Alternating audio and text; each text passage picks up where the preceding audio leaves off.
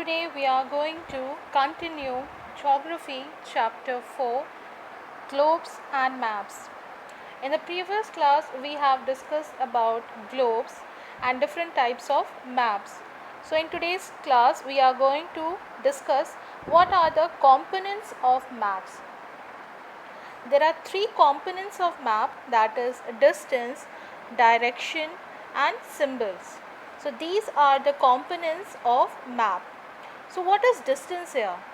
Distance here means the space between any two places. What it means? It means the place between any two places. Distance can be long or short. In India, we measure long distance in kilometers, that is km. When we travel, we see that we have covered 25 km. That means it is a measuring distance which is represented as kilometer. So when we are taking a long distance, it is measured in kilometers, and when the distance is little bit shorter, then it is measured in meters.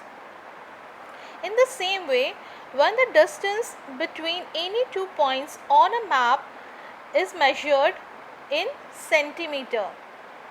Okay, so the distance between any two places on a map along a straight line is called as the map distance.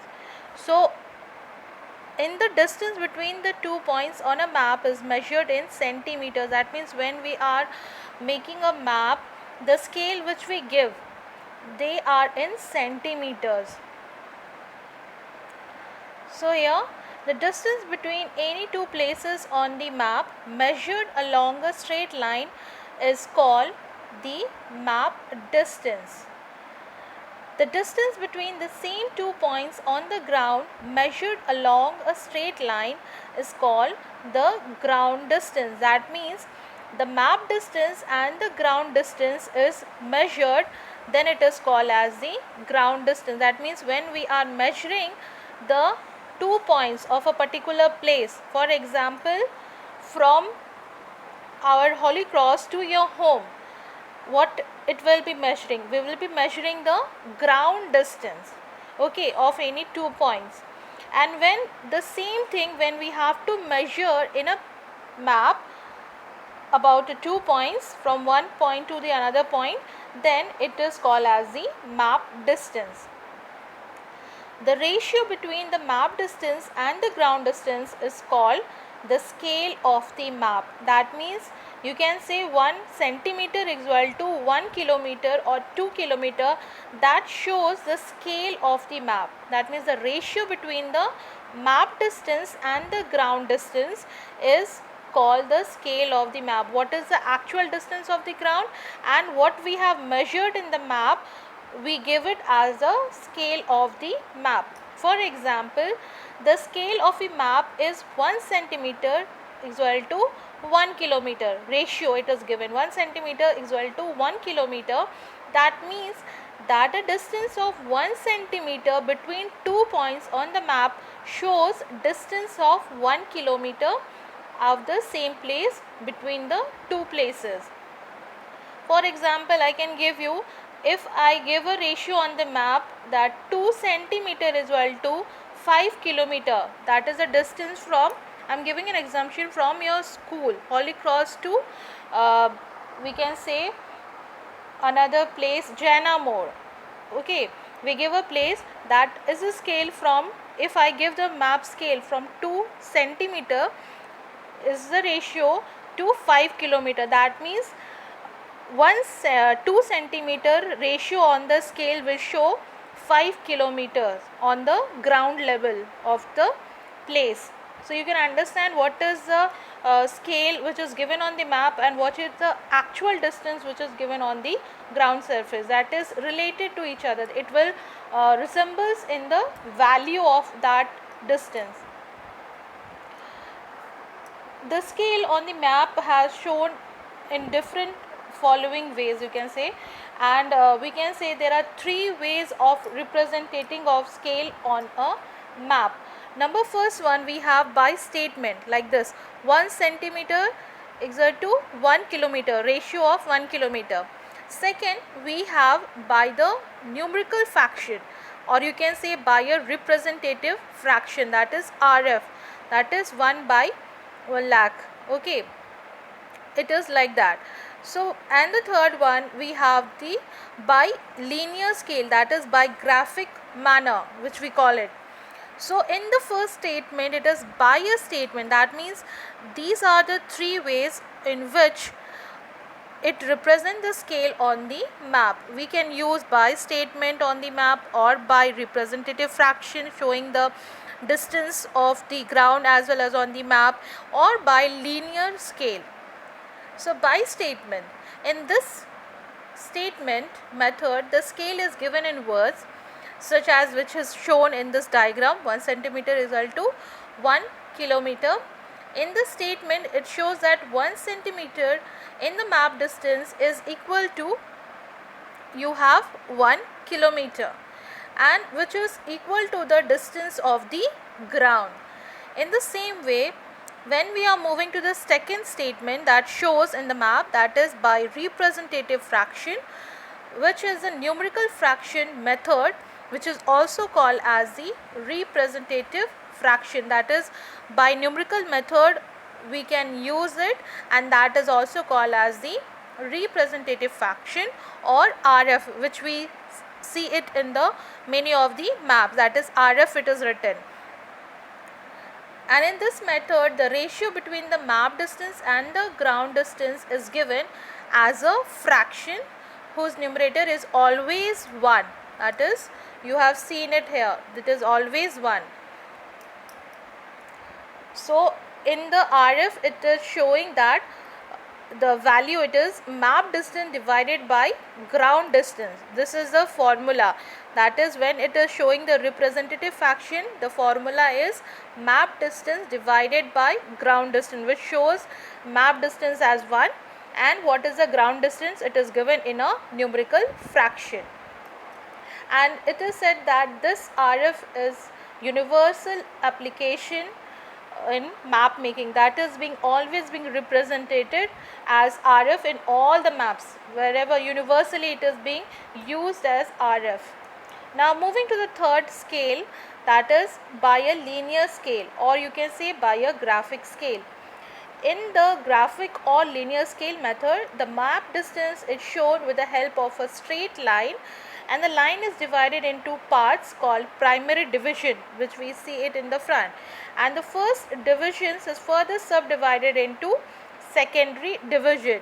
So, it has been made with the help of scale of 25 centimeter, or you can say with a 10 centimeter, and it has been divided. Okay, and that division it is called as primary division, and the first block, which is called as primary division, is subdivided into secondary division. You can see the blocks, that it is some are black, some are white, black, white. So, it is showing the graphic scale, or you can say linear scale.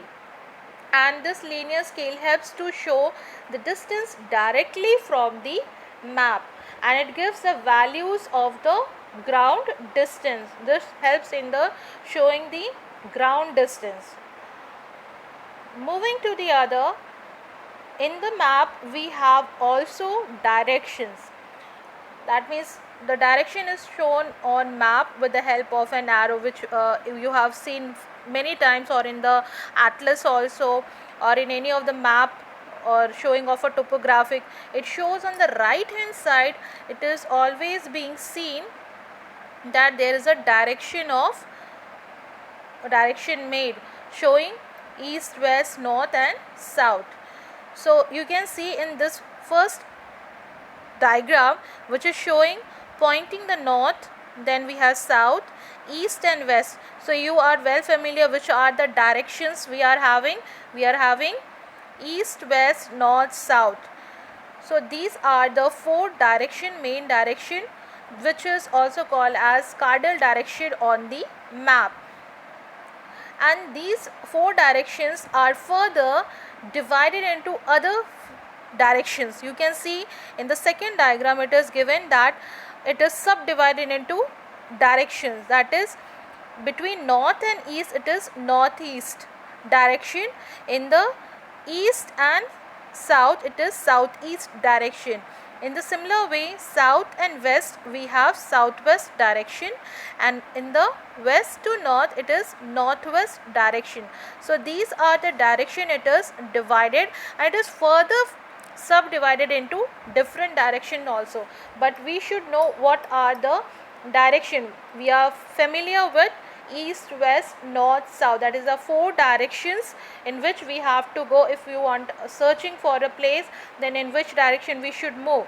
So this is the primary direction everyone knows, and this direction is further subdivided into various directions which help us to find it out the location of a particular place. So in the map, direction is always being formed, or you can say it is always being present or formulated.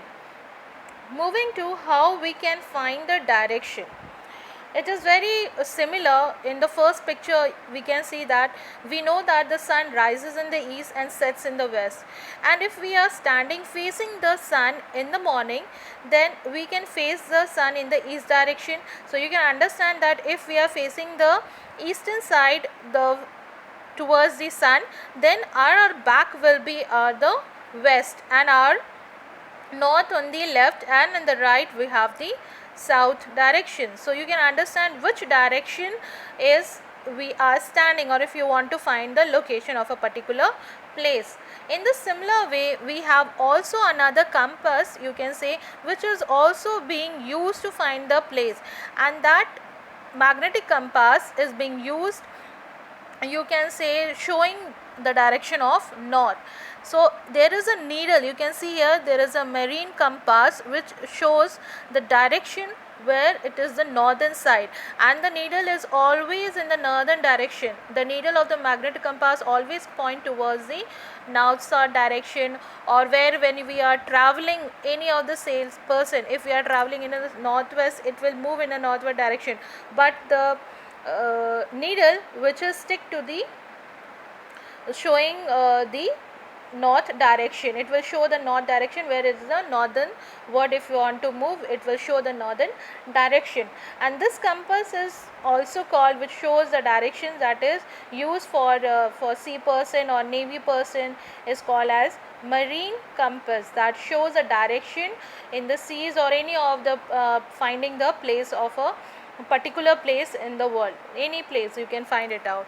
In the similar way, you can see here a pole star is being made here. That means a pole star is located vertical above the north pole, and in the northern hemisphere the constellation known as the Great Bear, called Saptarashi in India, keeps revolving around the pole star. So you can say the two pointer stars of the Great Bear always points towards the pole star, that is in the northern direction. So from this way also many of the people find their ways and go to the particular place which they want to move. Now these are the ways you can find out any particular place or which direction we have to move, you can find it out. Moving to the other feature of component of map is the conventional signs and symbol.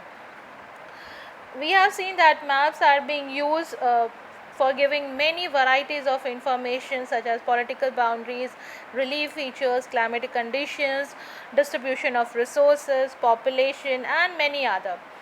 So these are variations which are shown on the map, but there are conventional signs and symbols which are being used to show these variations on the earth's surface. And while they are making the map making, they use these symbols so that people can understand where it is located, and it is a detailed study, you can say, where it shows how the boundaries are being made, how the roads are being made. So in the map they have conventional signs and symbols. You can see here In this picture, it shows about the international boundary. It is with red color with dot and then red color with a straight line. So this is an international boundary. You can see the state boundary. It is little bit different, and about the district. So these are the features, or you can say signs or symbols, which are being used in the map when we are having a political map or international map showing the continents, having the trade or anything. Then moving to the metal road or unmetal road, that is unbroken roads and metal with a good road constructions. Road is also being shown with the two ways, that is metal, that is properly constructed, and unmetal, that is broken, it is not properly constructed. Then we have a conventional sign showing the towns like this, that settlements with a red color, and the roads are being there, the bridges is there, then streams with the blue color with a small strips of land. Then we have wells and tanks showing the picture of this, and the water is being filled with, that shows about the water tank. And we have many other. For post office we have PO, that is the short form, telegraph with TO, then police station for PS. So these are the conventional signs which are being used while preparing the map, so that it will be easier for us to read the map and understand what it is showing, what type of features it is showing. In the similar way, this is a topographic map of some other places which is shown here. In this map you can see here there is a scale is also being mentioned, that is 1:50,000 ratio. And this is what scale? It is a RF, that is representative fraction scale. Then we have the, you can say, linear scale is also being made, you can see here. And then you can see here, it is not clear, but you can see that it is also being given that 1 kilometer showing some differences, that means some number is being given, that is also present in the scale. That is by statement is also there, representative fraction is also there, and a linear scale. And you can see here these are the conventional signs which are being prepared to study this whole topographic map. From this topographic map we can study each thing, that where is the settlements, where the rivers are flowing, which color it is. And you can understand the yellow color is always being predicted as the agriculture land, and the green color is always been predicted as the vegetation or forest region, and the white color which is shown, that is the land area or dry region, you can say. So these are the conventional signs which helps us to study different types of maps. It helps us to know about that particular place, what it is, where it is situated, in which direction it is, where the rivers are flowing. So every country, or you can say we find it out by the conventional signs and symbols. So this is are the methods or the components of the map which help us to know more about the particular place and know how to study map. So these are the features which are being shown on the map. So in the next class we will be doing the other parts. Thank you.